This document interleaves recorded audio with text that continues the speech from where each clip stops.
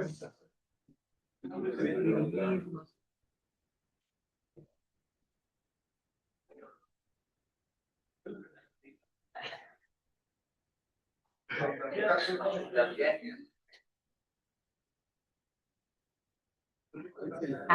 que fue la respuesta. ¿Y ya podemos ir empezando?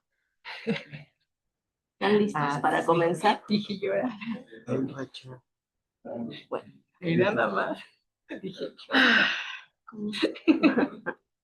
¿listo? Nunca los pedí. Bien. Hola, ¿qué tal? Buenos días a todos. Pues vamos a empezar con esta mesa que corresponde al evento La calidad de la democracia mexicana en los gobiernos de la Cuarta Transformación. Sean todos bienvenidos y bienvenidas. Vamos a iniciar con esta mesa de análisis titulada Sistema Electoral. Vamos a tener a grandes ponentes y estoy segura de que van a compartir perspectivas muy interesantes sobre estos temas que venimos manejando. Primero vamos a darle lugar a el doctor Alberto Escamilla Cadena. Él es doctor en estudios sociales por la Universidad Autónoma Metropolitana, Iztapalapa, profesor investigador titular C de tiempo completo en la Universidad Autónoma Metropolitana, Unidad Iztapalapa, miembro del Sistema Nacional de Investigadores Nivel 1, imparte cursos de licenciatura y posgrado sobre teoría política y sistema político mexicano en la Universidad Autónoma Metropolitana, Unidad Iztapalapa. Ha impartido conferencias a nivel nacional e internacional sobre temas relacionados con el presidencialismo mexicano, los procesos electorales y la democracia en México. Ha publicado en revistas y libros sobre temas relacionados con el presidencialismo mexicano, la democracia participativa y los procesos electorales a nivel subnacional. Ha dirigido tesis de licenciatura, maestría y doctorado en la UAM Iztapalapa, la UAM Azcapotzalco y en la Universidad Pedagógica Nacional. Fue coordinador de la línea de procesos políticos del posgrado en estudios sociales en la UAM Iztapalapa de 2015 a 2024. Y sin más por el momento, vamos a darle un fuerte aplauso para dar lugar al comienzo de su ponencia. ¿Ok? Adelante, doctor Alberto. Gracias. Bueno, buenos días a todos. Primero agradecer a la FES Acatlán, al doctor David Morales por esta invitación. Es un gusto estar aquí, compartir la mesa con ustedes. A ver, dado que el tema de la mesa es la calidad de la democracia, y esta mesa también es sobre el sistema electoral, ¿no? Tengo entendido. Voy a hablar de algo que tiene que ver con el sistema electoral y que fue motivo de debate en la última reforma electoral, que tiene que ver con los mecanismos de democracia directa. Otros le llaman participación ciudadana. Yo le llamo mecanismos de democracia directa, es decir, el tema es analizar las consultas que realizó el gobierno de Andrés Manuel López Obrador. Iba a decir en los gobiernos de la 4T, pero hasta ahorita no ha habido ninguna. En el caso de Claudia Sheinbaum. Entonces, bueno, me propongo explicar cuáles son las modalidades y resultados de las consultas populares en México. Parto de una pregunta. ¿Cómo la aplicación de estas consultas, cómo influye en la calidad de la democracia? Concretamente en la integridad electoral. La integridad electoral es un concepto que se está utilizando mucho para hacer alusión a la gobernanza electoral. A ver, si quieres cambiar, por favor. Bueno, ¿qué son los mecanismos de democracia directa? A ver, se definen como aquellas formas de participación política que se realizan a través del voto universal. A ver, el objetivo es involucrar a la ciudadanía en el proceso de toma de decisiones sobre cuestiones públicas. Es decir, se les convoca una consulta para preguntarles sobre algún tema, contestando con un sí o un no. Los mecanismos de democracia directa son básicamente 4, los que se utilizan en todo el mundo. Uno son las consultas populares. Bueno, aquí en México se llama, la Constitución dice consultas populares, en realidad son las consultas que tienen 2 variantes, referéndum y plebiscito. La segunda es la revocación del mandato, que solo existe en 3 países en el mundo, pues solo existían 2, ya existen un tercero, pues no necesito decir cuál, y la iniciativa legislativa ciudadana, y el cuarto es el presupuesto participativo. Son 4 mecanismos de democracia directa. Y bueno, la siguiente, por favor. A ver, los criterios que deben de definir si las consultas ayudan o no a mejorar la calidad de la democracia, yo diría, bueno, la transparencia, en el sentido de que el órgano electoral debe hacer accesible al público todas las etapas del procedimiento, y por el conteo de votos, por ejemplo, la equidad, donde debe garantizarse las mismas oportunidades para expresarse a los condientes que están participando, quien esté a favor o en contra de algún tema. La autonomía, es decir, la autoridad electoral debe actuar sin sesgos o preferencias. Si la autoridad electoral actúa con sesgos, estamos en problemas. Y la legalidad, es decir, tiene que haber certeza jurídica en los procedimientos y en los resultados. Estos son los criterios o los principios que deben de cumplirse si queremos que una consulta sea legítima, sea legal, sea creíble la consulta. Bien, la siguiente, por favor. A ver, en México es el último país de América Latina en aprobar las consultas. No existían a nivel local, pero no a nivel nacional. Se aprueban en 2019 y López Obrador implementó 7 consultas y una revocación del mandato. Yo voy a hablar aquí de las consultas. De las 7 consultas que llevó a cabo, quiero decir que 6 fueron informales. A ver, hablo de 7 consultas. La gente en realidad conoce una, aquella donde se pretendía enjuiciar a los expresidentes, pero hizo 6 más. Lo que pasa es que los medios de comunicación pues no les importaba, no fueron tan importantes como la de los expresidentes. 6 fueron informales. ¿A qué me refiero con informales? No cumplieron con lo que establece la ley. A ver, estamos tratando de ver si hay una correspondencia, ¿no?, entre consultas y calidad de la democracia, es decir, en qué ayudan las consultas a mejorar la calidad de la democracia. Bueno, a ver, si 6 de las 7 consultas no cumplieron con el requisito que establece la ley, pues entonces estamos en problemas, no pueden ser ni legítimas ni creíbles. Bueno, 5 se realizan sin respetar las reglas, una sí respeta todas las reglas, que es la para enjuiciar a los expresidentes. ¿Sale? Entonces, bueno, ¿por qué lleva a cabo 6 consultas López Obrador más una revocación del mandato? Bueno, quería mostrarle a sus oponentes el apoyo de la población a sus políticas públicas. Las políticas públicas que él quería implementar, quería mostrar que tenía el apoyo de la población.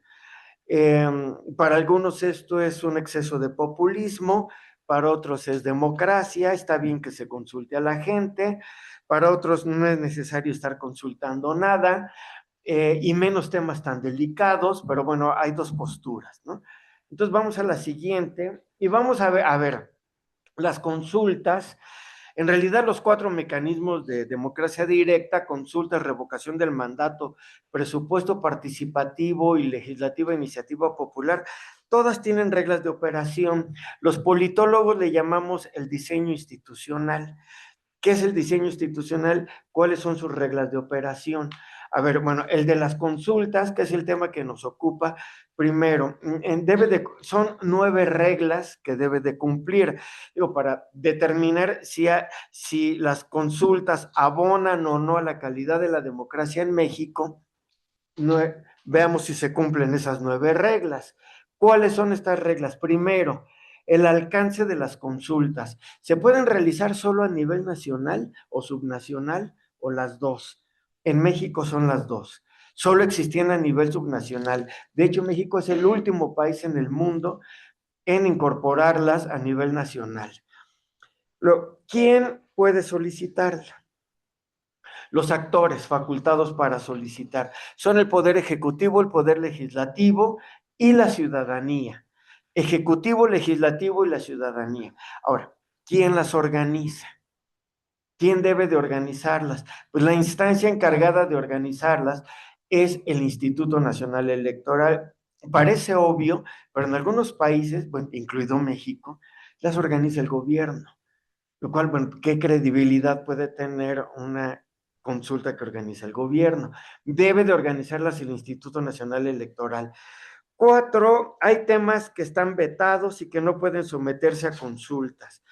Temas electorales, financieros y el presupuesto, las obras de infraestructura, la seguridad nacional y el funcionamiento de las Fuerzas Armadas. Sobre esos temas no se puede preguntar. Quinto, la fecha de aplicación de las consultas. ¿Cuándo? Cuando haya elecciones o cuando no haya elecciones. En México es el primer domingo de agosto de cada año, cuando se pueden realizar. ¿Cuántas firmas se requieren para activar la consulta? En México es el 2%, que son 1.821.000 rúbricas de la lista nacional de electores. Otro, el porcentaje de votos que se requiere para que la consulta sea vinculatoria. ¿Qué es vinculatoria? Obligatoria. Es decir, lo que decida la gente es lo que se va a hacer. El 40% de participación es altísimo, es el más alto del mundo. En otros países con que participe el 5% es suficiente. Aquí se exige el 40%, nunca se ha alcanzado ni se alcanzará. Luego, ¿interviene o no el Poder Judicial? En México sí interviene el Poder Judicial para validar y calificar la legalidad de la consulta, porque la consulta puede violar todas las leyes. Bueno, para eso entra el Poder Judicial, para validarla y calificarla. El último, ¿quién promociona? Porque este fue un motivo de debate tremendo en la revocación del mandato y en la consulta a los expresidentes. López Obrador se enojó de que el INE no la difundía. ¿A quién le corresponde? Al INE. Ya está equivocado esto porque cambiaron la ley cuando el proceso había empezado. ¿Cómo la cambiaron? No, ahora sí la pueden promocionar los militantes de Morena. Obviamente a favor de López Obrador, ahí había un sesgo, por eso lo tiene que hacer el INE. Bueno, la siguiente, por favor. A ver, durante su gestión como expresidente, entonces López Obrador organiza 6 consultas, en donde se pregunta a la población sobre la ejecución de algunas de sus políticas públicas más relevantes. Y, a ver, de esas 6, una consulta cumplió con todas las de la ley. ¿Cuál es la donde preguntaba si se enjuiciaban o no a los expresidentes? 5 consultas no cumplieron con ninguna de las reglas estipuladas en la legislación, por lo que terminaron por ser informales. A ver, yo uso el término informal para ser académico, pues los periodistas le llaman consultas patito, etcétera, ¿no? A ver, fueron informales, aun cuando López Obrador recibió el apoyo masivo, el apoyo que quería, que deseaba, y obtuvo el resultado que quería en todas las consultas, en todas.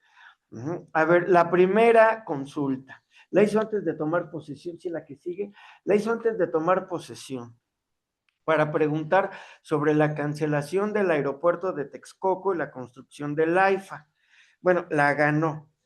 abrumadoramente. Pero esta consulta carece de legalidad. ¿Por qué? No la organiza el INE, porque cuando me preguntan nuevamente, bueno, si no la organizó el INE, ¿quién lo organizó? Es que él dijo, no, ustedes salgan y pongan una caja y ahí que llegue la gente y meta la papeleta. O sea, estamos hablando de calidad, estamos hablando de cosas serias, ¿no? A ver, porque luego me dicen que era muy serio. Bueno, a ver, participa el 70% le dice que sí.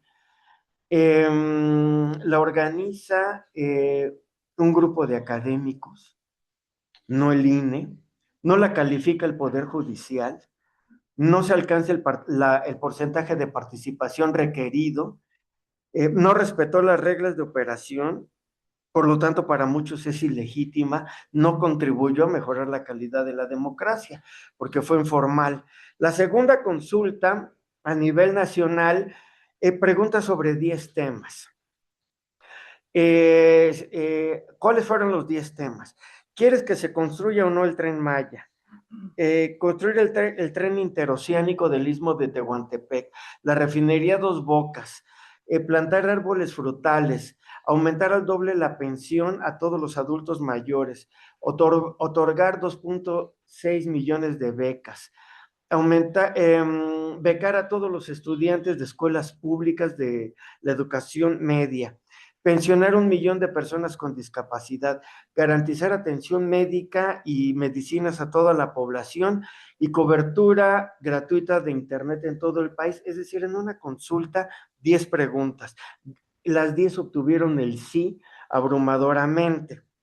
¿Quién organizó la Fundación Arturo Roosevelt? Solo participó el 1% de la lista nacional de electores. A ver, digo quién la organizó, porque no la organizó quien la debía de organizar, ya dije quién, ¿no?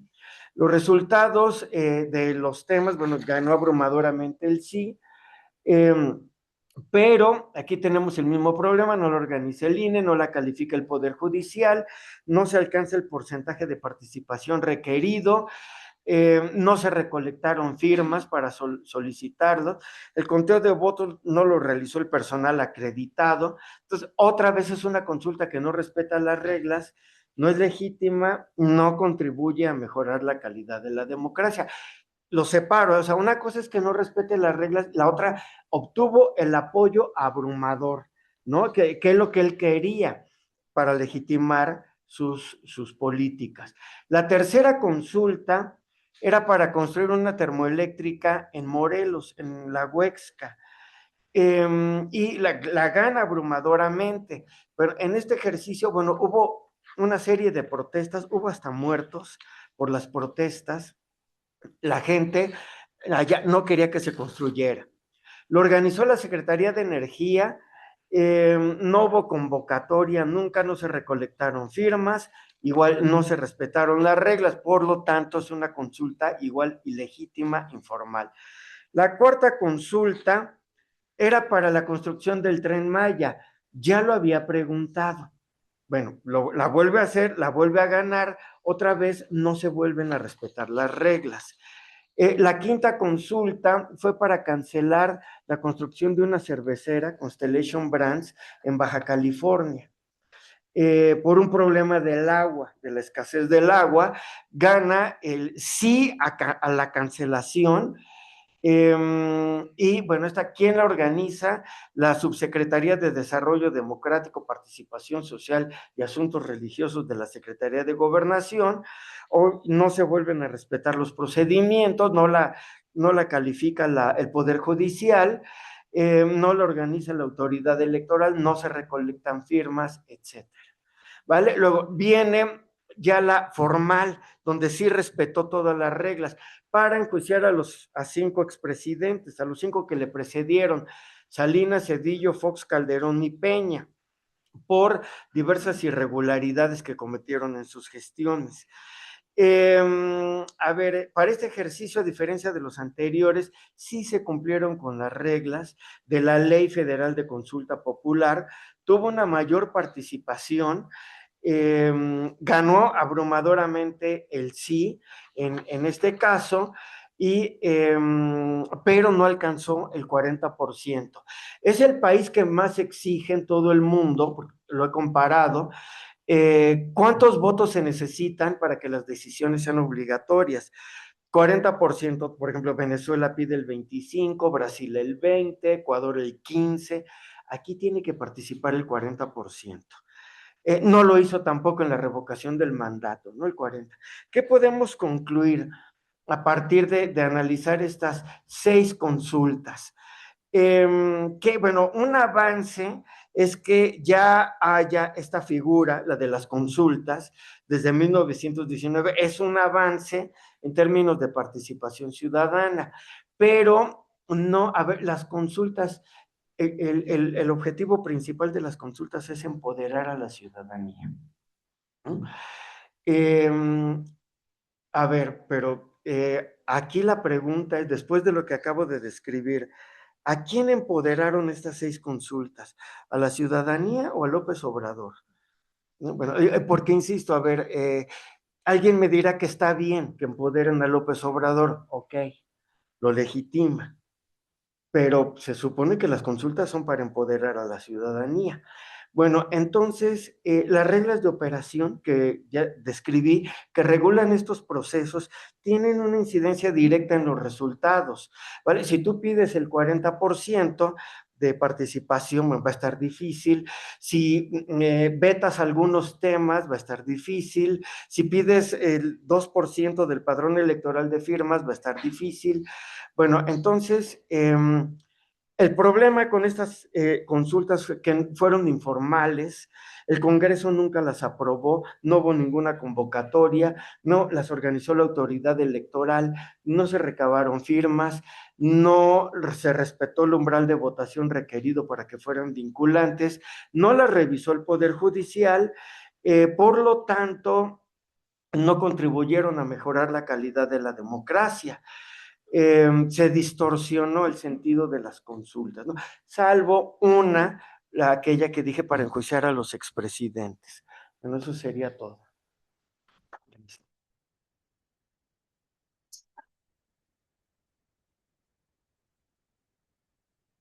Muchas gracias, doctor Alberto, por su interesante ponencia. Creo que una de las cuestiones más interesantes que nos deja esta ponencia es la reflexión sobre si esto realmente es democracia o exceso de populismo, ¿no? Porque al final lo que se busca no es precisamente el empoderar a la ciudadanía, sino realmente el buscar la sobrelegitimación pues de la persona, ¿no? Y seguir fortaleciendo pues esta parte de un liderazgo carismático, ¿no? Entonces, creo que esa es una de las cuestiones más interesantes que nos deja esta ponencia. Ahora vamos a pasar a la siguiente intervención, que es la de la doctora Laura Georgina Aguatzin Pérez. Ella es doctora y maestra en estudios sociales en la línea de investigación de procesos políticos por la Universidad Autónoma Metropolitana Iztapalapa. Maestra en periodismo político por la Escuela Carlos Septién García y licenciada en administración por la Universidad Autónoma Metropolitana Azcapotzalco. Estudió la licenciatura en historia en la Facultad de Filosofía y Letras de la UNAM.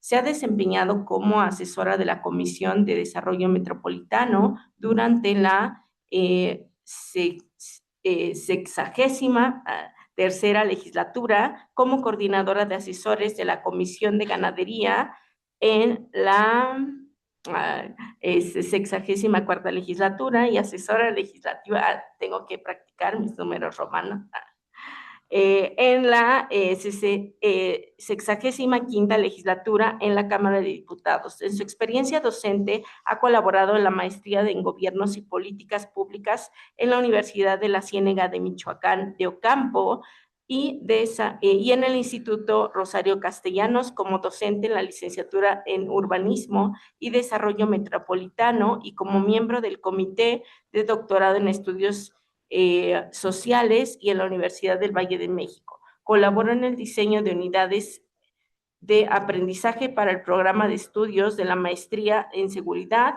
con perspectiva de género para la Universidad Mexiquense de Seguridad y en el diseño del doctorado en investigación social desde la complejidad de la Universidad Nacional Rosario Castellanos. Actualmente es profesora de posgrado de Facultad de Estudios Superiores FES Acatlán y en el programa de posgrado en la Universidad Nacional Rosario Castellanos. Su investigación se ha centrado en dos líneas principales: políticas públicas e historia contemporánea en México.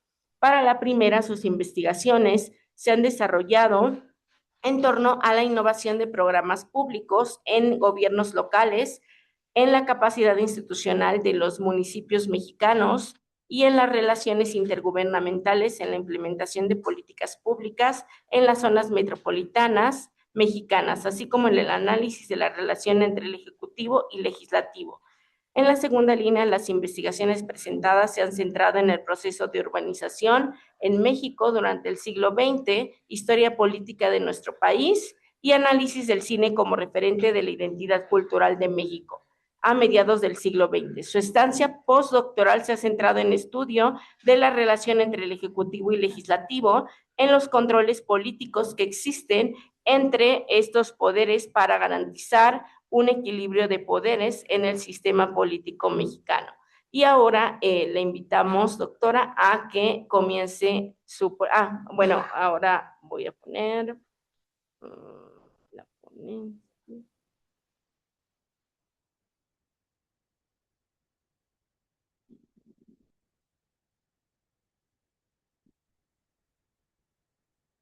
Ahora sí, le invitamos a que inicie la ponencia titulada El impacto del sistema electoral en la relación entre el Poder Ejecutivo y el Legislativo en México. Y le damos un aplauso a la doctora como bienvenida.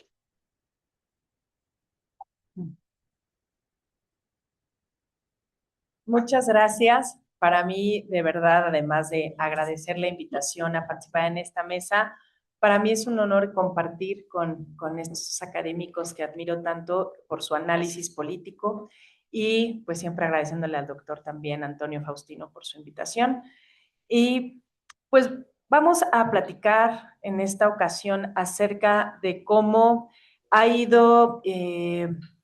se ha ido concentrando el poder durante el gobierno de la cuarta transformación desde el inicio, cómo se fue concentrando hasta llevarnos a una sobrerepresentación y todo esto validado por nuestro sistema electoral.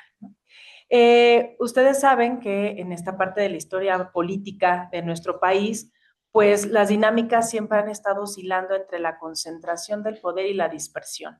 A partir de cuando tuvimos esta transición democrática del 2000, tuvimos una pluralidad, tuvimos muchos colores, a veces hasta demasiados, parecíamos poquito de Navidad, de arbolito de Navidad, porque estábamos todos llenos de colores, tanto en el Congreso como también en los gobiernos locales, y se fue esto haciendo, llevar como a dinámicas más de negociación, incluso cuando nosotros llegamos al 2012, cuando llegamos al 2012 con Enrique Peña Nieto, pues tuvieron que hacer un pacto por México debido a la cantidad de dispersión que teníamos dentro del poder.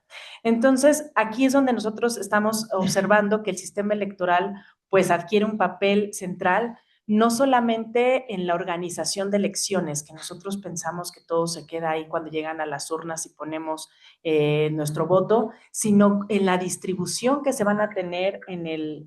Denme un segundito, una disculpa.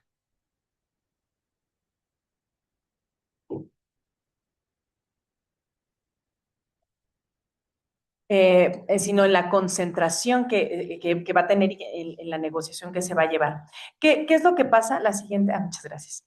En la siguiente, en esta ponencia, lo que quiero es analizar esta relación que va a tener el sistema electoral mexicano con el equilibrio de poderes que nosotros debemos de garantizar constitucionalmente, sobre todo en este equilibrio que va a existir entre el Ejecutivo y el Legislativo, y pues partiendo de esta premisa de que el sistema electoral, cuando traduce estos votos en escaños, influye directamente en la correlación de fuerzas y por ende en la capacidad del poder legislativo para fungir como contrapeso efectivo del Ejecutivo. Si quieren que les empiece a spoilear, pues no tenemos un contrapeso actualmente. Entonces, muchas gracias. La siguiente, por favor. Si ustedes nos vamos a la teoría clásica del sistema democrático, necesitamos un equilibrio en los poderes para que un solo poder no pueda ejercer la autoridad, para que no se puedan llevar estos actos en los que no se muestre todas las voluntades de una ciudadanía, entendiendo que cada uno tiene diferentes intereses. Entonces, si nosotros nos vamos a esta necesidad de evitar la concentración del poder, pues nos vamos a ver en la necesidad de observar no solamente a los tres poderes del gobierno, sino también esta correlación que van a tener para poderlos detener en caso de que quieran llevar a cabo ciertas prácticas que vayan encaminadas a un abuso del poder. Y abuso del poder se entiende como esta práctica en la que un solo actor va a decidir sobre la voluntad de todos los demás sin estar revisando las preferencias del resto de la ciudadanía, especialmente de las minorías. Entonces, se entiende que necesitamos estos sistemas para poder transformar tanto las preferencias ciudadanas en una representación política, que es una de estas funciones que tenemos, pero también que pues nos puedan llevar a favorecer o entender que ya dentro de un Congreso aquí va a existir una relación de fuerzas y que esto puede favorecer a la formación de mayorías sólidas, como muchos lo pedían cuando pedían el voto absoluto para Morena, decían es que hay que hacer una mayoría sólida, pero también puede llevar a sistemas fragmentados, como en el caso del 2012, cuando teníamos tantos colores que nadie alcanzaba el mínimo para poder pasar a una iniciativa. Entonces, es necesario que nosotros entendamos esta parte de cómo se transforma nuestro voto en los escaños para que podamos entender que el sistema que se ha manejado en nuestro país, que es un sistema mixto, que es cuando tenemos a los diputados y los senadores plurinominales y los de mayoría, son justamente para poder incluir a las minorías y para que estas minorías puedan pues poner su voz dentro del Congreso. Pero ¿qué es lo que puede pasar? Y esa es una de las cuestiones que nos traen aquí. Puede pasar que estas minorías se unan a la mayoría y entonces se cree una sobrerepresentación. Es decir, que no solo, o sea, quienes votaron por un partido de minoría, ahora ya está del lado también del poder, porque se están uniendo, ¿no? Y ahorita ya seguro ya están en la mente de ustedes varios partidos. Que son partidos minoritarios, partidos que están chiquitos y que ya están uniéndose y ya están apoyando a que se cubran estos cambios. Y entonces, cuando tenemos esta nueva distribución del poder y que apoyan a la mayoría, pues también podemos observar que nuestro diseño institucional se va a convertir también en este conjunto de las interacciones que pues que van a promover esta competencia entre los partidos. Entonces, nosotros tenemos por un lado la estructura, que va a ser pues el número de escaños que deben de tener cada uno de los partidos, y por otro lado vamos a tener la dinámica como este resultado de la competencia. La siguiente, por favor. Y entonces, este sistema de partidos que se va a crear, pues es la suma de todas las partes o de cada una de las partes que nos van a tratar de explicar las interacciones que se van a tener, y el nivel de estabilidad, pues también va a estar determinado por cómo van a llevar estas dos dimensiones, tanto de la estructura como la dinámica. Esto para mí es la parte fundamental para poder entender que el sistema electoral es el que define el sistema de partidos, y este sistema de partidos es el que va a definir la relación entre el Ejecutivo y el Legislativo. Esa es la premisa por la que parte esta ponencia. La siguiente, por favor. Y con esto, entonces, nos vamos ya a la parte de por qué tendrían que regular el legislativo al ejecutivo. ¿Por qué tiene que existir esta relación de un control? Bueno, porque, como platicábamos, el poder político, por su virtud, necesita limitar su ejercicio. Se tiene que convertir en objeto de control. ¿Por qué? Porque necesitamos, como les comentaba, evitar el ejercicio abusivo del poder y que se queden con las limitaciones establecidas. Si ustedes recuerdan sus clases de historia política de México, se acordarán de la época del presidencialismo mexicano. Estas facultades metaconstitucionales que tenía un presidente, que son seguramente cosas que ya no suceden ahorita, pero que en el pasado así sucedían. Entonces tenían unas facultades que eran extra a las que ellos podían tener en la Constitución. ¿Y quién le decía que no? Si todos estaban o en su partido o estaban de su lado en el Congreso. Entonces, justamente a partir de estas prácticas que estaban en la concentración del poder y el sobrepoder que podían tener, es que empiezan a establecerse estos mecanismos de control, y queda muy de la mano con lo que nos comentaba el doctor Escamilla acerca de pues observar cómo es que vamos a empoderar o vamos a legitimar también al gobierno, ¿no? O sea, partimos desde esta esfera de que el poder tiene que ser limitado, de que el poder tiene que ser ejercido de una forma ajustada con las reglas, y que entonces pues hay que hacerle estas limitaciones dentro del ejercicio. La siguiente, por favor. Y en ese sentido existen controles que va a ejercer los poderes para poder limitar. Y los controles del poder se definen como los conjuntos de medios que garantizan las limitaciones establecidas al ejercicio del poder, un sistema de vigilancia que asegura la observancia del sistema jurídico. Y los tipos de control que tenemos es el administrativo, el político y el jurisdiccional. En esta ponencia nos vamos a referir al control político. Así. El control político es este mecanismo que está contemplado dentro de la Constitución o dentro de las constituciones para limitar el poder del ejercicio, y está sujeta o que tiene que estar sujeta a las sanciones, ¿no? Tampoco en nuestro país tenemos en la Constitución sanciones a quienes no respeten. Esa es una de las medidas más interesantes que tenemos. Tenemos todos los controles dentro de la Constitución, pero no hay sanciones. Entonces, pues, en la práctica lo podrían realizar, ¿no? Y entre los controles políticos, la siguiente, por favor, que tenemos en nuestra Constitución y que nos sirven para vigilar del legislativo al ejecutivo, la aprobación de leyes. Se acordarán ahorita la última que pasamos con nuestro sistema electoral también. Una de las limitaciones que tiene el Congreso es de no permitirle al Ejecutivo que haga la reforma que desee y que empiezan a limitar. Entonces, esa es una de las partes de las limitaciones, entendiendo de que tienen que ajustarse, ellos tienen que revisar que esta reforma o esta iniciativa pues vaya encaminada hacia observar el bien común en todos. Eso es lo que tendrían que hacer todos los legisladores. La creación de comisiones de investigación cuando sucede algún tema que es muy importante o que consideran muy importante, que está involucrado el Ejecutivo, pues hacen estas comisiones de investigación para ver qué es lo que se está haciendo, ¿no? Sobre todo en temas que son muy delicados en cuestión de seguridad, en cuestión de salud, cuando estuvo el COVID. Las citas a comparecencia es otro de los controles políticos que pues observábamos más cuando en otros años, cuando estaba más la pluralidad, pues sabíamos que una cosa era el informe, pero también en otros momentos podían citar a algún secretario para que hiciera frente sobre alguna de sus actuaciones, algunas decisiones, y ellos tenían que justificarlo frente a la comisión o incluso frente al pleno.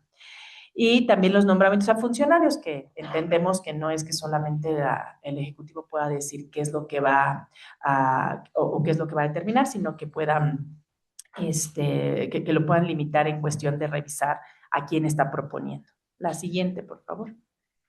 Y con esto en mano, que ya entendemos que los poderes están para equilibrarse, para estar haciendo un contrapeso uno sobre el otro, pues vámonos un poquito a esta parte de la teoría. Me va a quedar muy breve aquí porque lo interesante ya es la carnita en el primer año en los primeros años de la Cuarta Transformación.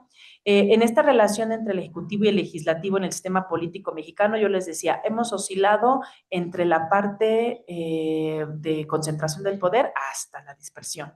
Y en ese sentido, nosotros sabemos que teóricamente tenemos dos tipos de gobiernos: el gobierno unificado y el gobierno dividido. Cuando tenemos un gobierno dividido, entendemos que tiene que haber más consenso, que tiene que haber negociación, que tiene que haber un tú me das, yo te doy, pero también muchas veces se paran muchas de las iniciativas y nos quedamos en la inoperancia justamente porque nadie se pone de acuerdo y entre que tú me das y yo te doy, nadie da.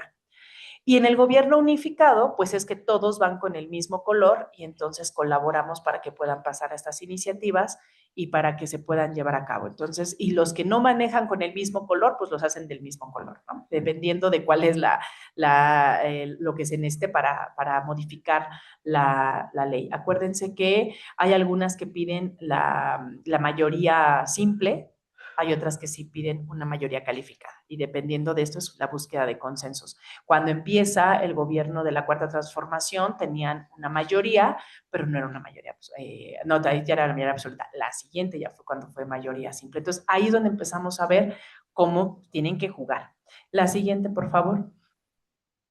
Y en esta relación entre el presidente y el poder legislativo, pues sí, ha habido una relación entre pesos y contrapesos y que también este control va a depender completamente por la composición del poder legislativo. Y una cosa que quiero aquí destacar es que el que estén contemplados en la ley estos controles, por ejemplo, las citas a comparecencia, no quiere decir que se apliquen.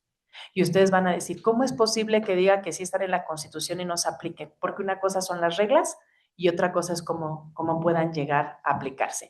Si yo tengo a todos mi equipo, a todo mi partido, estando en las comisiones y me dicen, es que la queremos citar a una comparecencia, pues obviamente mi equipo va a decir, no, no la citen, está haciendo todo muy bien, no vamos a firmar, entonces ya no pasamos.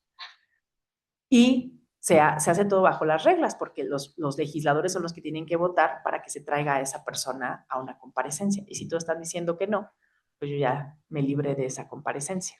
Entonces, hay que entender que al no haber sanciones, pues no hay problema en que no se pueda realizar. La siguiente, por favor.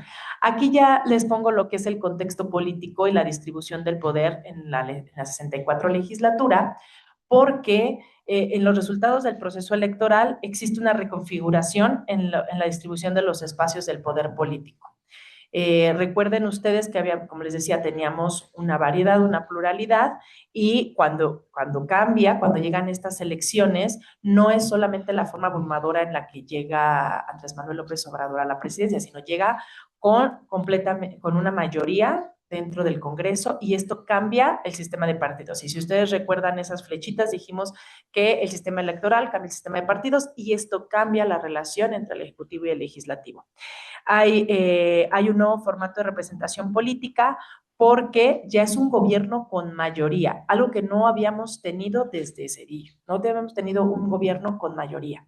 Entonces ya se tiene un gobierno con mayoría, pero además un gobierno con mayoría que tiene partidos satélites y además en el que disminuye la oposición. La siguiente, por favor. Y entonces, esta emergencia de un nuevo partido dominante, porque aquí es donde tenemos todo un debate los politólogos y los invitamos a que entremos en esta discusión, obviamente a través de la teoría, a través de cómo se han estado ahora definiendo lo que es un partido dominante, ya no podemos llamarlo un partido hegemónico, pero estamos en esta discusión de cómo es este nuevo partido que está creciendo, amplió los poderes presidenciales. Entonces, todo lo que, si ustedes le preguntan cómo fue su experiencia a Peña Nieto, a Calderón, al mismo Fox, no va a ser la misma que tuvo Andrés Manuel López Obrador. Definitivamente, la mayoría le cambió. Nos convertimos ahora en un gobierno unificado, o sea, de un sexenio al otro fue un gobierno unificado, pero aquí lo que yo les comentaba, que era el spoiler, hay una sobrerepresentación del partido Morena, porque al disminuir esta oposición partidista y que además los partidos satélites se unieran, entonces existe esta sobrerepresentación, entonces regresa a una presidencia con la suficiente capacidad para incidir en el proceso legislativo, algo que no habíamos visto desde la década de los 90. La siguiente, por favor. Esta distribución de la representación política pues lleva a nuevas reconfiguración de los espacios del poder y modifica la relación. Aquí les puse cuál era la alianza, por si no habíamos captado cuáles eran los partidos que andaban contribuyendo. Bueno, aquí están los culpables de toda esta sobrerepresentación. Y esto es bien interesante porque, así como nos lo dice la literatura, la sobrerepresentación nos distorsiona la voluntad popular expresada en la votación, porque no es completamente la voluntad de todos, ¿no? La siguiente, por favor. Aquí les puse para que nos acordemos de cómo quedó esta distribución en la 64 legislatura, tanto en diputados como en Morena, y podemos ver que tenían la mayoría simple en diputados. Y en la siguiente, por favor, tenemos aquí también la distribución de la 65 legislatura. Y vámonos entonces ahora sí a cómo estuvo esta dinámica y cómo se va a entender, ¿no? El sexenio de López Obrador se caracterizó por una alta alineación política. Es decir, diversas reformas prioritarias del Ejecutivo fueron aprobadas en tiempos relativamente breves, lo que sugiere un bajo nivel de fricción institucional. Hubo, por ejemplo, su plan, teníamos que aprobar el plan de acción, pasó sin moverle ni una coma. Así, o sea, no se le modificaba absolutamente nada. Aquí, como decíamos, sí se puede entender por momentos, como incluso lo comentaban anteriormente, de que dices, bueno, pues qué bueno que se legitime. Aquí también podemos decir, pues qué bueno que sean eficientes gubernamentalmente, me están modificando todo lo que necesitábamos modificar, pero también plantea interrogantes sobre la capacidad del Congreso para ejercer funciones de control y deliberación autónoma. Es decir, ¿qué tanto ya un legislador puede apoyar o un partido puede poner sobre la mesa la oposición? Y también podemos ver que la disciplina partidista dentro de Morena y los aliados limitó el margen de actuación individual de los legisladores, porque también había una alineación de tienes que votar porque ya eres parte de nuestro partido o de nuestro grupo parlamentario. Y el Congreso funcionó en múltiples ocasiones como una instancia de validación de iniciativas provenientes del Ejecutivo. La siguiente, por favor. Aquí les puse un poco de lo que ha sido mi investigación acerca de las citas a comparecencia, solamente para que veamos que tanto en la aprobación de leyes ya existe una dinámica de apoyo al Ejecutivo y también en las citas a comparecencia, porque realmente la mayoría de las comparecencias, sobre todo las comparecencias que eran importantes para poder presentar alguno de los temas por el COVID, no se llevaron a cabo, se limitaron.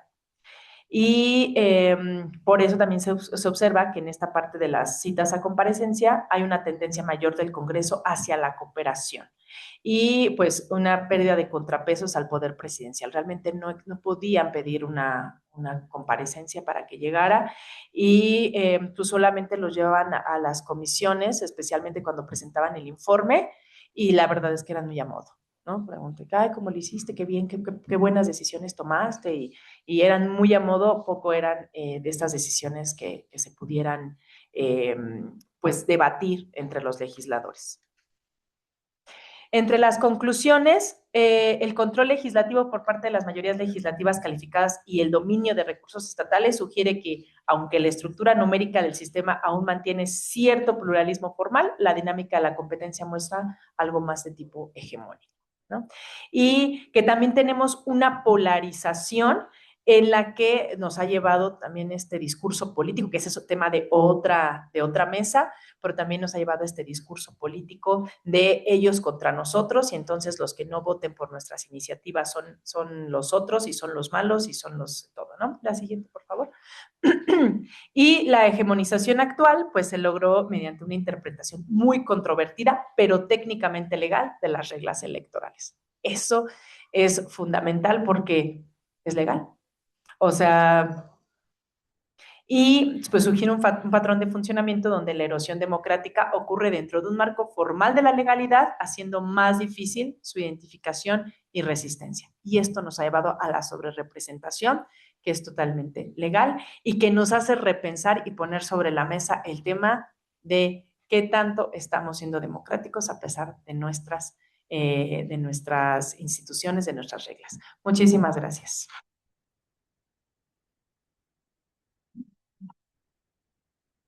Bien. Pues muchas gracias, doctora Laura. Creo que nos deja con una reflexión importante en el sentido de precisamente la falta de contrapesos, que nos dice mucho sobre la calidad de la democracia, ¿no? En una democracia, pues entendemos justo desde la teoría política y teoría clásica que también mencionaba la doctora, que es necesario que existan estos contrapesos, ¿no? Y que justamente, tal como mencionaba en una de las diapositivas iniciales, como Sartori decía, el legislativo fue de alguna manera, pues, digamos, su esencia es que exista o que sea el contrapeso para que no, pues, que se genere esta concentración de poder de la que se habla, ¿no? Y que, bueno, tuvimos desde el sexenio pasado. Entonces, creo que fue una ponencia también bastante interesante. Y bueno, ahora vamos bueno, en un momento pongo la presentación, pero voy a ir presentando al doctor David Morales González. Él es politólogo, maestro y doctor en estudios sociales por la Universidad Autónoma Metropolitana, siendo merecedor de la medalla al mérito universitario. Tiene un máster en desarrollo local por el Instituto de Economía y Geografía de España. Ha recibido diversas distinciones en su carrera académica como beneficiario de becas CONACYT y de la Fundación Carolina del Gobierno Español. Fungió como asesor parlamentario en la Cámara de Diputados, secretario técnico de la Comisión de Participación Ciudadana de la Asamblea Legislativa del Distrito Federal. Fue también consejero electoral distrital en el Instituto Nacional Electoral y asesor en el Instituto Electoral de la Ciudad de México. Fue director de Asuntos Internacionales y director de Descentralización en el Instituto Nacional para el Federalismo y el Desarrollo Municipal de la CEGOP. Cuenta con experiencia en análisis político y partidos, participando además en ponencias, cursos diplomados y conferencias de estudios políticos, administración electoral y gobierno, así como publicaciones sobre partidos políticos, elecciones, gobiernos municipales, entre otros. Actualmente es profesor de carrera asociado de tiempo completo interino en la licenciatura en Ciencias Políticas y Administración Pública de la FES Acatlán de la UNAM y docente en la Maestría de Gobierno y Asuntos Públicos. Ha sido secretario de la dirección, jefe de la División de Ciencias Socioeconómicas y actualmente es coordinador de estudios de posgrado en dicha facultad. Un aplauso, por favor.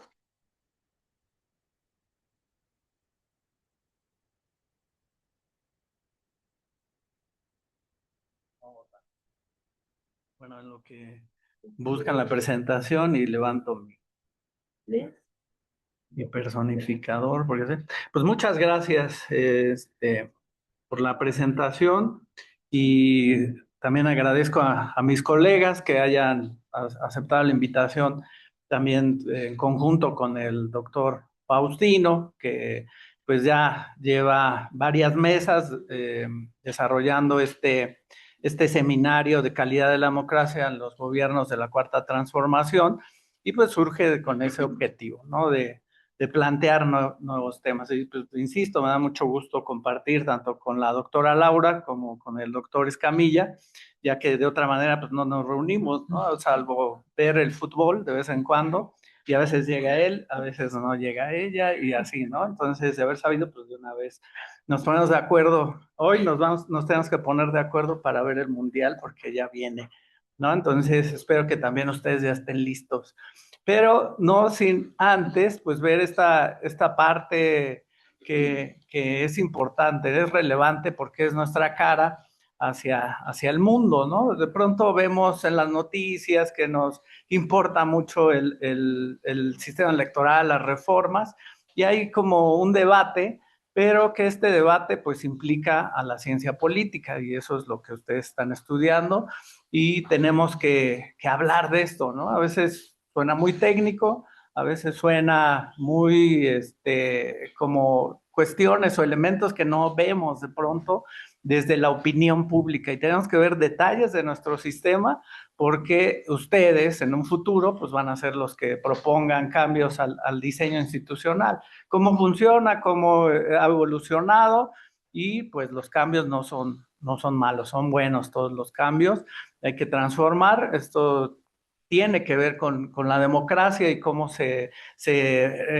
corrige, cómo se corrige en cuanto a sus sistemas, dependiendo de los actores, ¿no? Un sistema electoral, pues, es las oportunidades y restricciones que enfrentan los partidos en competencia, ¿no?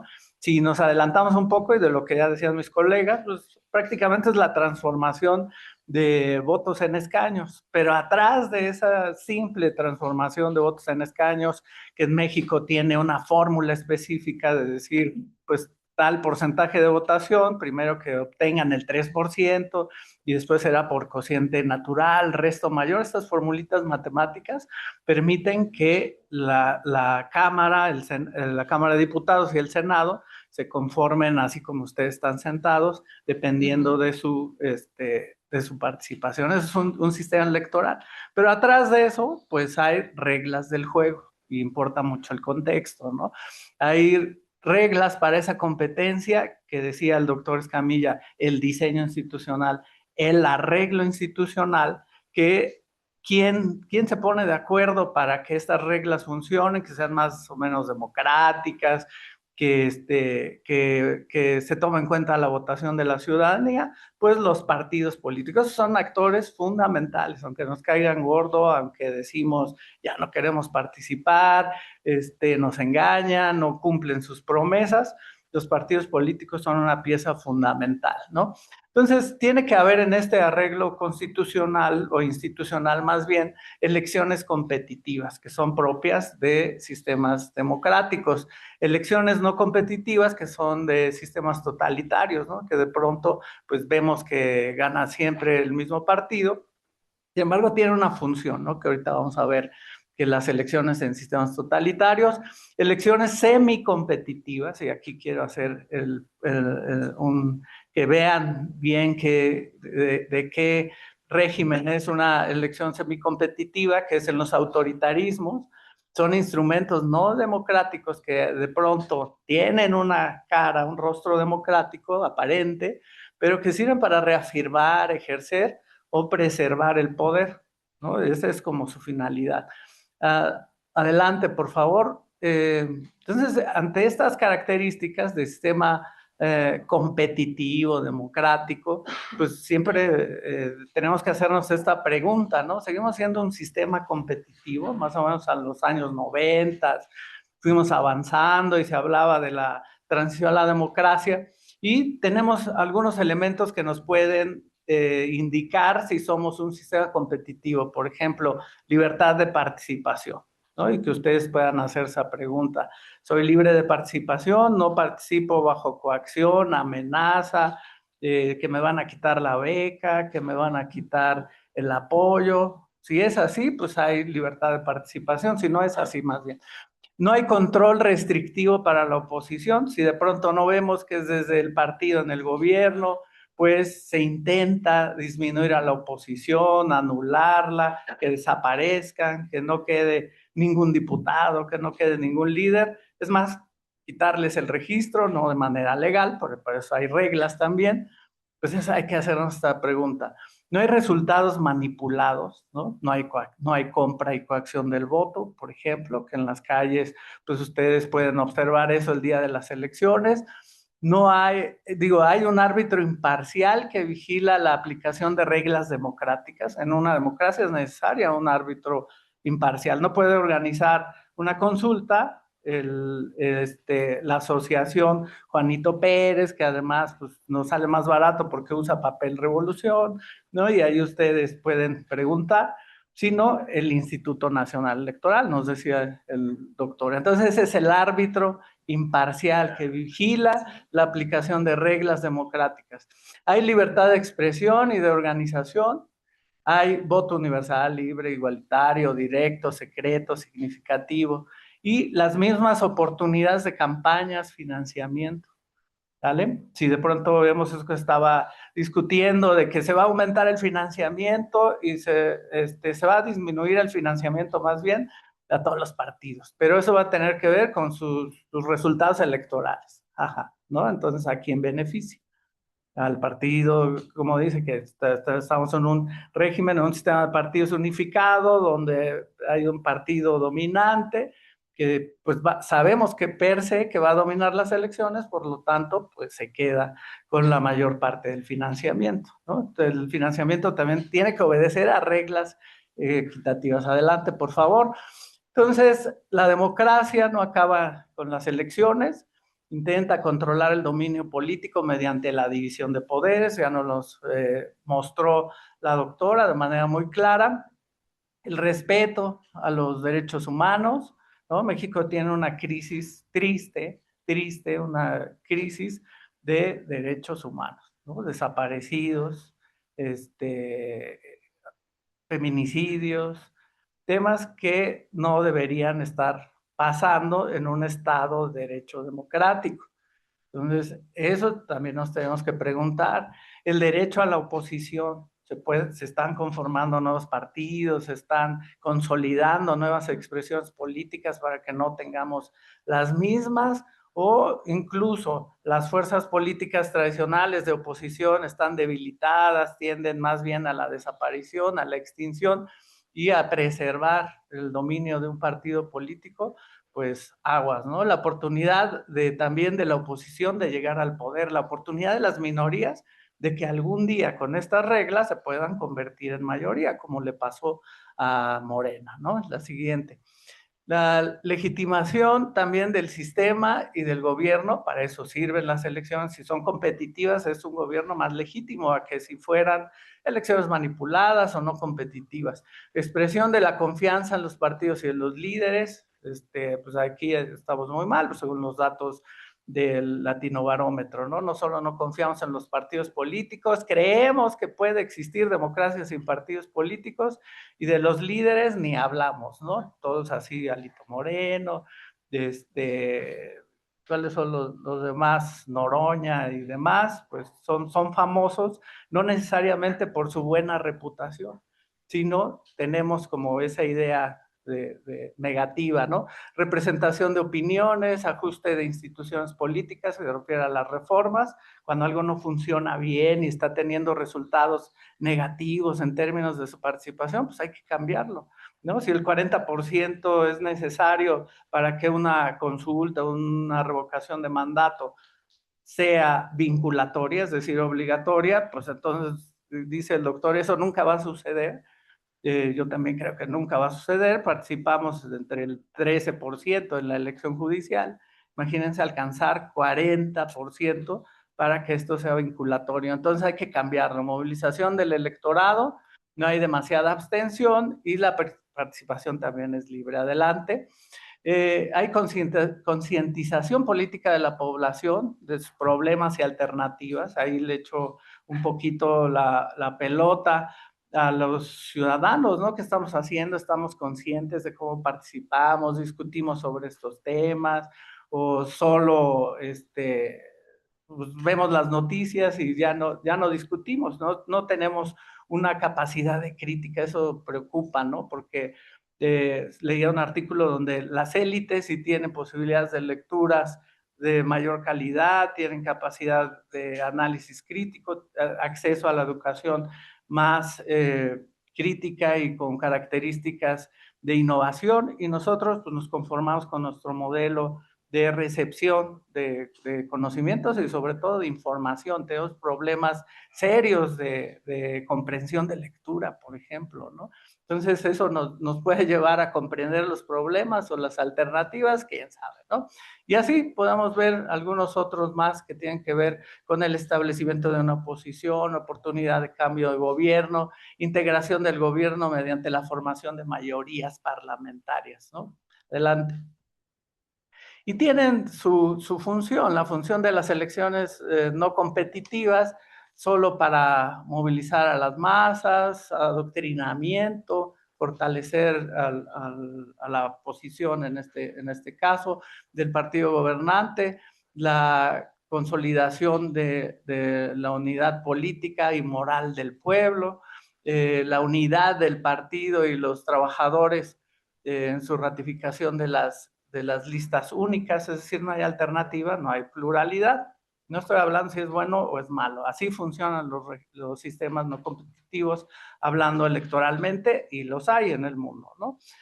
Funcionan elecciones semicompetitivas, donde digo que pongan el foco, porque quizá estamos transitando sigilosamente, paso a paso hacia allá, va una parte de legitimar relaciones de poder existentes, ¿no? O sea, de pronto vemos que cambian las élites, cambian de empresas favoritas para la construcción de infraestructura, de élites económicas, de clases políticas regionales.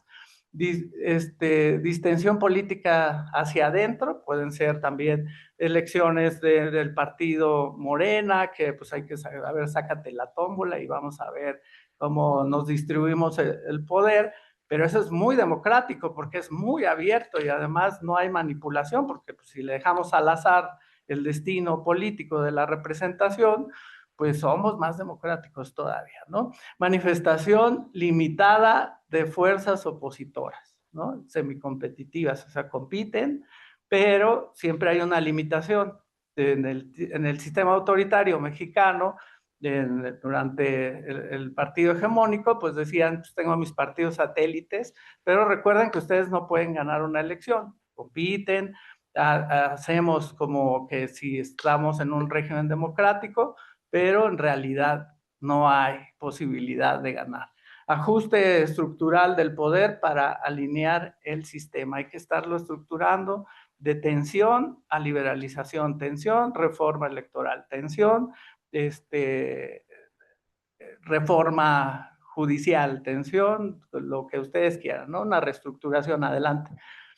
Entonces, el sistema electoral, como les decía, en estos gobiernos, haciendo una evaluación general, ¿qué es eso? Como la voluntad de los ciudadanos se transforma en órganos de gobierno de representación, pues es un proceso complejo que es regulado jurídicamente. Vayan al artículo 41 constitucional, vean cómo todo está este andamiaje constitucional del ámbito electoral mexicano, y se supone que ahí se establecen claramente a los ganadores de la contienda político-electoral, ¿no? Se reciben votos y se arrojan órganos de gobierno y representación política la siguiente. Y esa representación, pues pensamos que es la fiel fotografía de lo que participamos y fue nuestra voluntad en la composición de la Cámara, ¿no? Y así decimos que evitamos, pues, o cuidamos la sobrerepresentación y la subrepresentación. Ese es una función de las más importantes y relevantes de un sistema electoral, ¿no? Cuidar la subrepresentación y la sobrerepresentación. Tiene un impacto en el sistema de partidos, tenemos también sistemas que son mayoritarios y sistemas de representación proporcional y mixtos. Esto es sumamente importante porque de pronto nos subimos al carro, ustedes, politólogos, están estudiando, y decían, sí, no sirven los diputados de representación proporcional porque nadie los elige, ¿no? Porque, pues sí los elegimos de una manera directa, indirecta, pero es una elección por circunscripción. ¿Y qué hacen este tipo de reglas de representación proporcional? Pues evitar la sobrerepresentación. Entonces, no podemos decir a la ligera, pues quítalos, ¿no? Porque lo que hacen los sistemas mayoritarios es conformar resultados de un solo ganador. Y lo que hacen los sistemas mixtos, como el mexicano, pues es generar resultados de múltiples ganadores, que dice Colomer, pues tienen una mayor utilidad social, tienen una mejor representación, porque no somos una sociedad homogénea. Vemos un país chiquito, así como Liechtenstein, ¿no? ¿Cómo se llama? Que a lo mejor son 3 calles, pues se puede conformar un sistema mayoritario fácilmente, ¿no? Así, a ver, levante la mano, ¿quién quiere que sea gobernar, ¿no? Impacto en el sistema de partidos, los sistemas mayoritarios de representación y los efectos en el sistema de partidos. Se determina, según el sistema mayoritario, sistemas bipartidistas, sistemas o de representación proporcional, pues mayor posibilidad de que haya representación de otros partidos, sistemas multipartidistas, 2 o más partidos. Adelante. Entonces, ¿quién interviene ahí? Pues los votantes. ¿Qué tipo de reglas tenemos para ir a votar? ¿Cómo votamos de manera libre, informada, etcétera? Los candidatos tienen una competencia equitativa, acceso a recursos, los partidos políticos igual, los medios de comunicación, ¿no?, que juegan un papel relevante, autoridades que organizan el proceso. Adelante, la siguiente. Entonces, con todos estos elementos, ustedes están en capacidad de hacer esta pregunta. Háganse esta pregunta, llévensela de tarea. Los que toman clase conmigo les voy a preguntar en la siguiente clase, ¿no? No se escapan. Espero que estén tomando nota. Entonces, seguimos siendo un sistema competitivo, ¿no? 3 aspectos a considerar en la salud de un sistema competitivo democrático. Árbitros autónomos. No porque lo diga la Constitución, ustedes en el actuar del árbitro, pues digan, sí, ya es autónomo, ¿no? Está la elección de consejeros, pues vean quién va a ocupar estas 3 consejerías, de dónde vienen, cuál es el origen, y si realmente la composición actual le dota de autonomía, de imparcialidad, de independencia, de gestión, etcétera, ¿no? Que sean autónomos, independientes, imparciales. Actores claves sin restricciones autoritarias. Es decir, que puedan ustedes conformar un partido político, pero también las fuerzas tradicionales, pues permanezcan sin restricciones. De no, a él no, porque es del PRI, este no, porque es del PAN, y este menos, porque es de Movimiento Ciudadano, y este menos, porque es del PRD, y además ya desapareció, ¿no? Entonces, reglas del juego aceptadas por todos, el arreglo institucional. No hay arreglo institucional que se aplique si no es aceptado por todos. Son las reglas del juego, por todos los actores clave. Adelante. Entonces, seguimos siendo ese sistema competitivo, y esas otras preguntas también que se las tienen que llevar de tarea a ustedes, politólogos. Hay intento por manipular las reglas, cambiar las reglas a favor de uno de los competidores. Vean, siempre que haya una propuesta de reforma, qué resultados puede tener este diseño institucional. Todo arreglo institucional, cambio a la Constitución, legislación secundaria, tiene un resultado. Ustedes ya tienen que estar en capacidad de adelantarse a esos resultados.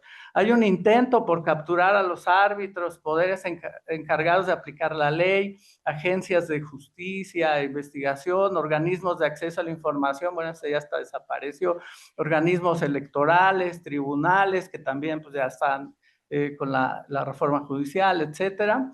Hay acciones para intentar marginar a los actores clave, como son la oposición, organizaciones de la sociedad civil. Desde 2018 a la fecha estamos viendo estos cambios en el régimen fiscal, por ejemplo, de las organizaciones de la sociedad civil, donatarias autorizadas. Entonces a uno sí les quitan esa condición, pero el expresidente puede hacer una asociación en un mes y juntar dinero para Cuba, ¿no? Y entonces ya es donataria, legal, cuando en realidad se tardan 2 años. Mientras más alta la tasa de aprobación del presidente, es más propenso a intervenir en los procesos legislativos, electorales, judiciales. Ahí vimos la última etapa de López Obrador haciendo los cambios constitucionales, y también la última reforma con Claudia Sheinbaum, ¿no? Y ahorita pues sería otro contexto porque los partidos importan. Entonces, amenaza constante a las instituciones, esto ya para la reflexión, ya no de tarea, a las instituciones que limitan el poder. Recurren a la opinión pública con frecuencia cuando no encuentra apoyo en los árbitros, ¿no? El going public. Míralo, no me deja gobernar, y esos son los que estorban, ¿no? El Poder Judicial con sus amparos y estas cosas.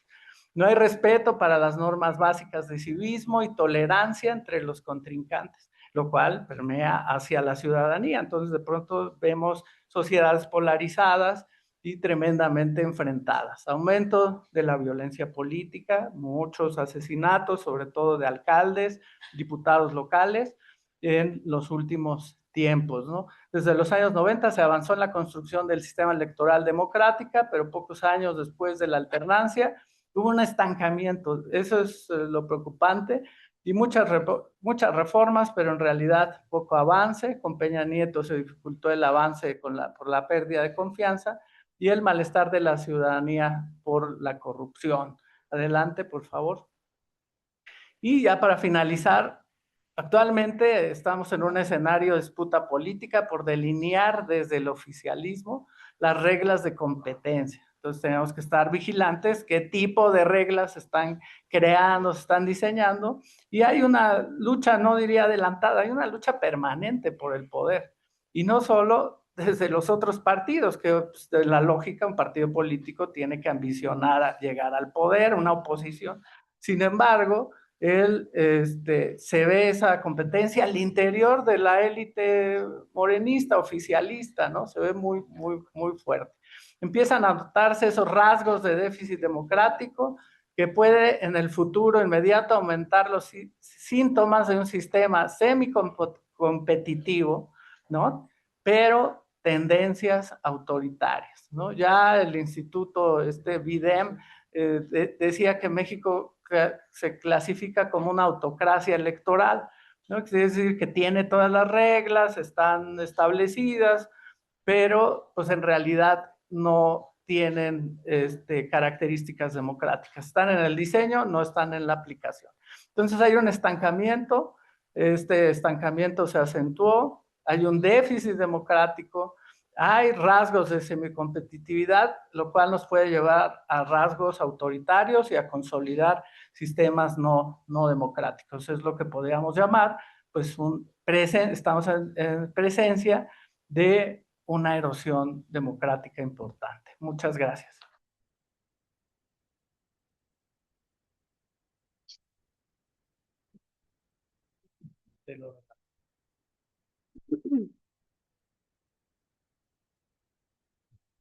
Bueno, pues muchas gracias, doctor David. Creo que este es un cierre pues muy interesante, un buen cierre en el sentido de que nos muestra que pues en aras de la calidad o de evaluar la calidad de la democracia, pues nos da una reflexión interesante sobre el por qué la democracia en México pues no se ha visto pues consolidada, ¿no? Y por qué todavía muestra pues estos rasgos de una democracia en desarrollo o en vías de desarrollo. Entonces, ¿por qué? Pues justamente nos muestra este estancamiento, que vivimos o el sistema electoral está en una etapa o en esta parte de semicompetitividad y pues los rasgos autoritarios que se muestran llevan un poco hacia el quiebre, ¿no? De la democracia o hacia estas fisuras que no permiten o no han permitido y quizá no permitan con el sistema que se está llevando a cabo que se consolide, ¿no? Entonces, sin más, yo creo que todavía tenemos algunos minutos para invitarles a ustedes, estudiantes, pues que formulen algunas preguntas aquí a nuestros ponentes. No sé si alguien tenga preguntas sobre las ponencias que se han dado, los invitamos. Adelante. Yo sé que quieren, no sean tímidos. Ok, adelante. Bueno, de antemano, buenos días. Admito que me surgieron muchas preguntas a partir de la ponencia del día de hoy. Por ejemplo, hablando sobre los sistemas electorales, una de las características es la competitividad. Me pregunto entonces qué pasa con los candidatos independientes, ¿no? Porque si se propone que tienen que tener las mismas oportunidades, ¿qué pasa con ellos? ¿Realmente es una competitividad para todos en general o solamente es una competitividad para los partidos políticos? Porque teóricamente sí se plantea, ¿no? Pero en la realidad, ¿cómo funciona realmente? Esa es una de las preguntas. No hay problemas de preguntas.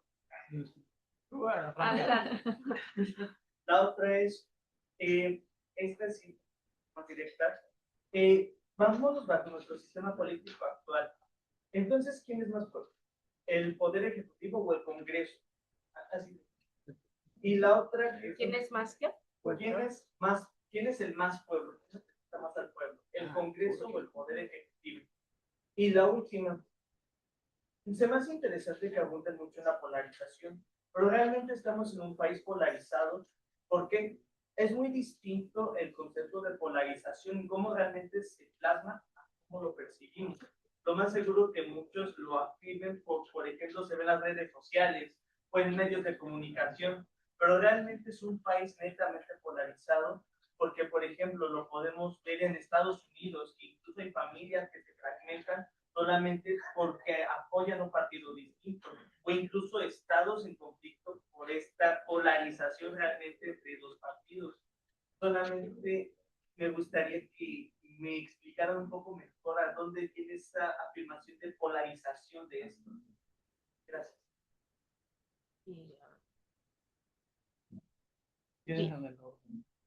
Bien, pues La competitividad entre candidatos independientes. ok, pues vamos a dar una breve intervención a cada uno de los ponentes para que resuelvan pues estas interrogantes, empezando por el doctor Escamilla. Adelante. Gracias. Bueno, pues, las tres preguntas son muy pertinentes. A ver, quiero decir que México es el último país del mundo en haber aprobado candidatos independientes. Ya existían en otros países, pero no en México. Bueno, aparecieron la primera vez que, bueno, fue con la reforma del 2014, la electoral, la que se hizo con Peña Nieto, y la primera vez que participan es en el 2015, la primera vez que entraron en acción. Sí están jugando en igualdad de condiciones en respecto de los partidos políticos. Tienen derecho a financiamiento, igual que los partidos, tienen derecho a acceso a medios, igual que los partidos políticos. Es decir, en ese sentido, se les respetaron esos derechos. Ahora, yo recuerdo que hubo una efervescencia en el 2015, por lo que porque era la primera vez que participaban, a la gente le parecía muy bueno que hubiera candidatos independientes, eh, el Bronco, ¿no? Por ejemplo, el que ganó el estado de Nuevo León, eh, que más o menos vimos por dónde iba. Luego en el 18 ya no hubo ninguna efervescencia, ninguna emoción por los candidatos independientes. De hecho, nada más ganaron 6, y eso fue en municipios, en algunos municipios. Pero ahora, ¿por qué se perdió como esta efervescencia que había? Pues porque la lógica de la gente es, yo en lugar de darle un voto a un independiente, pues ¿cómo?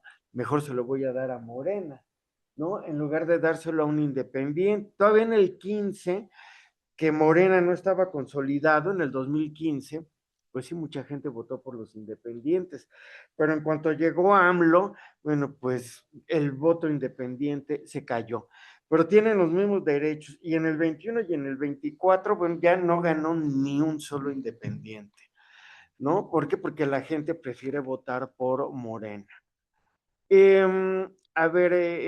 Sobre quién representa más al pueblo. Mira, ha habido estudios sobre esto y resulta que los dos, presidente y Congreso, se asumen como representantes del pueblo porque se eligen de manera separada.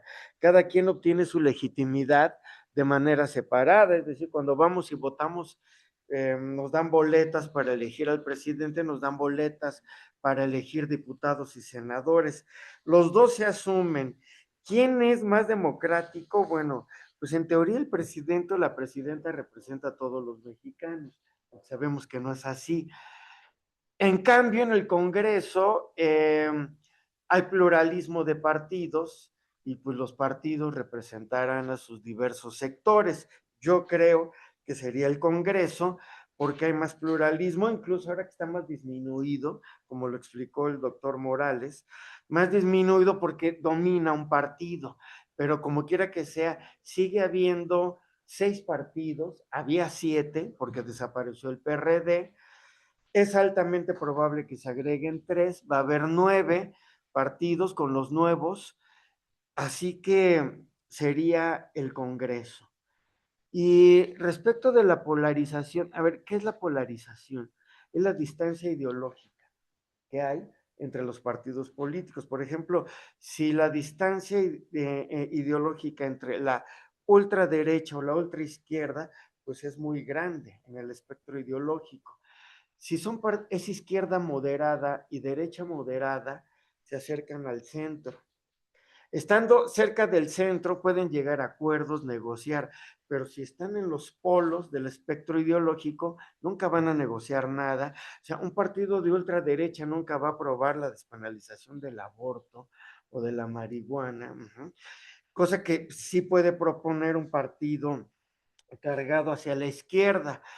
A ver, ahorita que mencionaba, yo he visto cómo se pelean las familias en Estados Unidos, bueno, yo lo he visto aquí por AMLO y realmente me irrita pelearme por AMLO o ver que las familias se peleen o hasta se dejen de hablar por López Obrador, ¿no? Eso, bueno, desde mi punto de vista.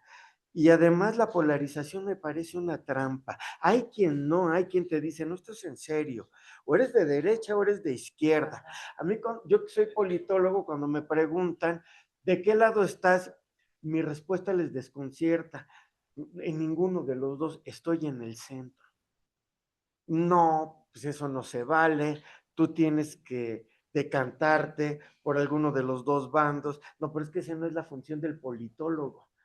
Si fuera político, sí, estaría en alguno de los dos bandos, pero el politólogo tiene que hacer un mínimo esfuerzo por tener objetividad, ¿no? Entonces, a ver, ¿qué es mejor ver, como dicen, los toros desde la barrera, desde las gradas, o me meto a la cancha y soy parte de uno de los dos equipos? ¿Qué es mejor, no? Como científico social, bueno, creo que debemos verlo desde las gradas sin dejarnos llevar por nuestras pasiones, pero sé que esto es imposible, estoy pidiendo imposibles, ¿no? Unos o de plano están en contra del régimen y están los aplaudidores del régimen, ¿no? Los pro 4T. Y esos es difícil convencerlos, ¿no? Yo cuando suelo ir a conferencias, les decía, no dejo contento a nadie. ¿Por qué? Porque como no me cargo de ninguno de los dos lados, no dejas contento a ningún bando, pero creo que la obligación del politólogo, del científico social en general, pues es tratar de ver las cosas de manera mucho más objetiva. ¿Y por qué decía que la polarización es una trampa, según yo? Pues porque caes en esto, estás a favor, estás en contra. Y creo que un politólogo no debe de verlo así, ¿no? No es blanco y negro, no es blanco. Es decir, a ver, cuando yo oigo a puede ser economista, sociólogo, politólogo, hablar del gobierno de AMLO, si es hablar maravillas, pues entonces va a ser poco confiable. Si es todo el tiempo estar criticando todo, también es poco confiable, ¿no? Porque no puede ser cierto que todo sea maravilloso, así como tampoco puede ser cierto que todo lo que he hecho es malo. Bueno, a eso, ¿no? Pero ese equilibrio, pues al final a veces es como difícil de lograr. Ok, muchas gracias, doctora Escamilla. Adelante, doctora Laura. Gracias. Pues para responder a estas preguntas, yo creo que vamos a irnos un poquito a la parte teórica. Hay que entender que una cosa es el diseño institucional y otra cosa es el efecto que va a tener estas reglas dentro ya del juego. Porque así como cuando nosotros nos dicen las reglas del juego, de cualquier juego de mesa, por ejemplo en el 1, ¿no? Y uno empieza a aventar el +4 y hacen alianzas con el de al lado, están jugando con las reglas. El efecto que tienen las reglas es distinto. Y creo que las tres preguntas tienen que ver un poco con esta parte de una cosa es el diseño institucional y otra cosa es el proceso político. Por ejemplo, en el caso de las candidaturas independientes, entran estas atendiendo, como ya nos explicaba el doctor Escamilla, pero también entran en un intento por entrarle a esta aula democrática de tener más elementos para poder decir que somos democráticos. Pero ¿qué tanto permitía a nuestro sistema de partidos la entrada de candidatos independientes, porque en efecto les daban las mismas condiciones que están dictadas dentro del arreglo institucional, pero ya al momento de la competencia, pues no tenían frente a todas las, ¿cómo les vamos a decir bonito? Frente a todas las prácticas que se hacen dentro de la elección, ¿no?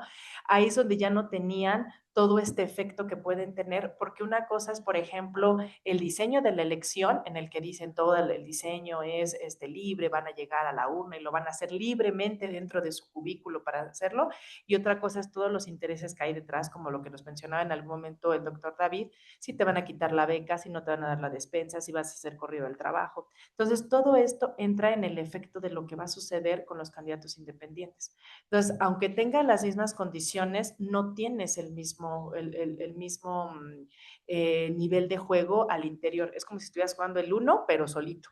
Y al lado están todos los que tienen el +4 y se están aliando entre ellos. Entonces, eso es lo que está pasando. Y por eso es que en 2015 sí, ya estábamos jugando con el hartazgo a los partidos políticos, y ese hartazgo es el que hace que se ganen ciertas candidaturas en las candidaturas independientes. Pero como bien señala el doctor Escamilla, cuando ya se consolida Morena, encuentran como otra forma de canalizar todo este descontento que se tenía, y ya las candidaturas independientes como que se quedaron a un lado. Entonces yo creo que más bien responde más que la parte legal, que en la parte legal si traemos tal vez un abogado en cuestiones legales nos va a decir, pues sí están ahí todos y se están manteniendo los derechos y se está manteniendo la competencia. La cuestión es que el efecto dentro de la sociedad va a ser distinto. Entonces esa sería mi aportación respecto a los candidatos independientes. Respecto a quién representa más al pueblo, es que yo creo que parte desde donde tú lo puedas mirar. Porque cuando nosotros estamos hablando de una elección, pues estamos hablando de que hay cierto porcentaje de la población que está aceptando a un candidato y otro porcentaje que no lo está aceptando, y que siempre decimos, no se nos olvide quiénes no lo están apoyando. Ahorita con esas elecciones que son las que ustedes más recuerdan, que son las de Sheinbaum, tal vez las de López Obrador, pues ustedes se acuerdan de un 60%, arriba de un 60% de aprobación. Pero los que nos tocó Peña Nieto, pues nos acordamos que ganó con un 30%, y entonces eso quiere decir que un 70% no estaba con él. Entonces, no se nos debe olvidar que ganan con un cierto porcentaje de aprobación, pero también hay un cierto porcentaje que no quiere que esté ahí, ¿no? Y eso también hace que no pueda ser o que no tenga esa aprobación. Entonces, ahí podemos decir es que no tiene o no representa tanto al pueblo, ¿no? Pero ahí teníamos un Congreso con un montón de foquitos, pero también a la vez no se podían hacer ningún cambio porque pues no los representaban. Entonces, yo creo que esta cuestión de la representación política puede tener más que ver con cómo pueden participar los jugadores que en sí cuánto puedan representar. Y la última de la polarización, que yo coincido totalmente con que esta separación ideológica que hemos tenido, sí se ha mostrado en la sociedad mexicana. Lo que pasa es que yo creo que aquí hay una variable que a veces se nos olvida, que es la cultura mexicana. Y siempre les digo a mis alumnos, es que cuando es hecho en México, todo cambia. Entonces, la cultura norteamericana es una cultura muy diferente a la nuestra, en la que tal vez hay un desarraigo familiar que sí puedes sin problema dejarle de hablar a la tía, a la abuelita. Aquí no, aquí nos podemos pelear, pero todos en la misma mesa. Y podemos estar en contra de la 4T, pero todos en la misma mesa, y en Navidad se calla porque hay que cenar todos juntos. Entonces, muy distinta la forma cultural, y creo que por eso no se nota tanto, pero sí hay ciertas como focos rojos que nos dejan ver que sí hay una polarización desde la parte discursiva, porque como lo señala el doctor Escamilla, cuando nosotros damos una ponencia nos damos cuenta cuando se nos está aprobando, cuando no se nos está aprobando, de acuerdo a si las personas que nos están escuchando apoyan o no apoyan ciertas cuestiones. Y aunque nosotros tratamos de ser imparciales y decirles, no, claro, es que no hay gobierno perfecto y todo esto está bien y todo esto está mal, es como de, no, pero pues tú vas a estar con Peña. O sea, todos, o sea, como que no aceptan como esa pequeña ranurita en la que uno dice, pues es que tal vez aquí se equivocaron. No, no, no. Entonces, esa es la cuestión. Yo creo que no se ha logrado observar esta polarización tan abajo como es en una cuestión de las familias por la cuestión cultural, pero creo que en las discusiones sí hay, y también se puede observar mucho en el nivel de discusión que se tiene en el pleno. O sea, ahí podemos ver, porque ya cayeron en cada práctica que es de verdad, o sea, de no pensarse, pero es esta idea de ustedes son los malos, ustedes son los buenos, y entonces esa disputa va más desde la parte de nada de lo que diga el azul nos va a convencer. Entonces, creo que ahí es donde se está notando la polarización, en que no permiten ni siquiera que puedan colaborar un poco en decir, ok, o va a haber oposición, dime qué le agregamos. Ah, pues esto y esto. Eso sería como que integración, ¿no? Entonces, yo creo que no lo vemos tan claro abajo por la cuestión cultural, pero de que sí existe una diferencia que esperemos que no se haga más grave como podría hacerse en Estados Unidos, pero de que existe, existe. Muchas gracias. Bueno, pues muy rápido porque ya están durmiendo. Pues, llegan a las 7 de la mañana. Ellos tienen clases a esa hora, aunque no lo crean. Pero el tema de los candidatos independientes, pues no nos engañemos, ¿no? Las reglas sí están hechas para los partidos políticos. Estamos en una democracia de partidos, un estado de partidos. Vimos cómo las reglas, la regla institucional, pues lo hacen los partidos políticos, y si hay un partido predominante, pues resulta que el partido predominante en el resultado, pues es el ganador, ¿no? Entonces, las candidaturas independientes, aunque han tenido un buen desempeño, pues cabe la pregunta, ¿qué tan independientes han sido los que han ganado, ¿no? Es que ya tienen una estructura previa, una experiencia previa, como ¿cómo se llama? Te mochan la mano. Bronco. El Bronco, tenía pues, ya sus antecedentes. Sin embargo, vamos a la regla. La Constitución dice que necesitan millones de firmas, ¿no? Porque además tiene que un porcentaje alto del padrón o de la lista nominal, y con eso tiene su registro. Luego, esa es como una primera elección en realidad. Luego ya van a la elección constitucional, ya van desgastados, ya tienen otro, aunque reciban presupuesto, pues depende todo de sus resultados previos. Entonces, sujetos a un doble desgaste, a una doble elección. Entonces, candidaturas independientes, va a ser muy difícil ver próximamente candidatos independientes ganadores, ¿no? Y menos a nivel de presidencia de la República, y así en Estados Unidos, ¿no? Nunca ha ganado un candidato independiente. Han ganado los outsiders, es decir, el loco de pronto color naranja que salió y dijo yo soy diferente, y vean las consecuencias, ¿no? De no estar anclado a una estructura institucionalizada con reglas claras, y por eso tenemos a Donald Trump. En el tema de quién representa más, sí hay una disputa en el diseño institucional en cuanto a legitimidad, porque los dos provienen de una elección constitucional. Entonces, una clásica tensión de legitimidad entre el legislativo y el ejecutivo en sistemas presidenciales. Eso es un propio, diría Juan Linz, de los sistemas presidenciales. Pero esa disputa no tendría que ser si entran los controles constitucionales de equilibrio entre el legislativo y el ejecutivo. Para eso no fueron creados para disputarse la legitimidad ni el poder, sino para equilibrarse, ¿no? De que siempre el más tentado a un totalitarismo, a ser un régimen autoritario, es el presidente, porque es un cargo unipersonal, ¿no? Y entre el otro se distribuye mejor, como señala el doctor. Y en temas de polarización, pues yo diría, no hay una polarización. En todas las sociedades hay polarizaciones. Y entonces, en este tema de polarización política, pues se puede ver más en el ámbito de representación. Y todavía le agregaría yo un aspecto importante que tiene que ver con la agenda pública, ¿no? Lo que algunos teóricos llaman pues, que los clivajes o los clivages que hay en la sociedad. Entonces, eso me lleva a las nuevas polarizaciones. O sea, sí se nota no una polarización política, que esa se ve más en los partidos políticos, sino algo más grave, polarizaciones sociales. Ricos contra pobres, polarizaciones raciales, nacionalistas, regionalistas, que pues no nos van a llevar a buen puerto como lo estamos viendo en el mundo, ¿no? Con los nuevos conflictos bélicos. Eso es como el escenario catastrófico. Sin embargo, para eso sirven las instituciones, para ponernos de acuerdo y que esto sea más democrático y sea más plural en sociedades complejas como la mexicana. Bueno, pues muchas gracias por tu pregunta y pues creo que por cuestiones de tiempo, pues vamos a ir cerrando.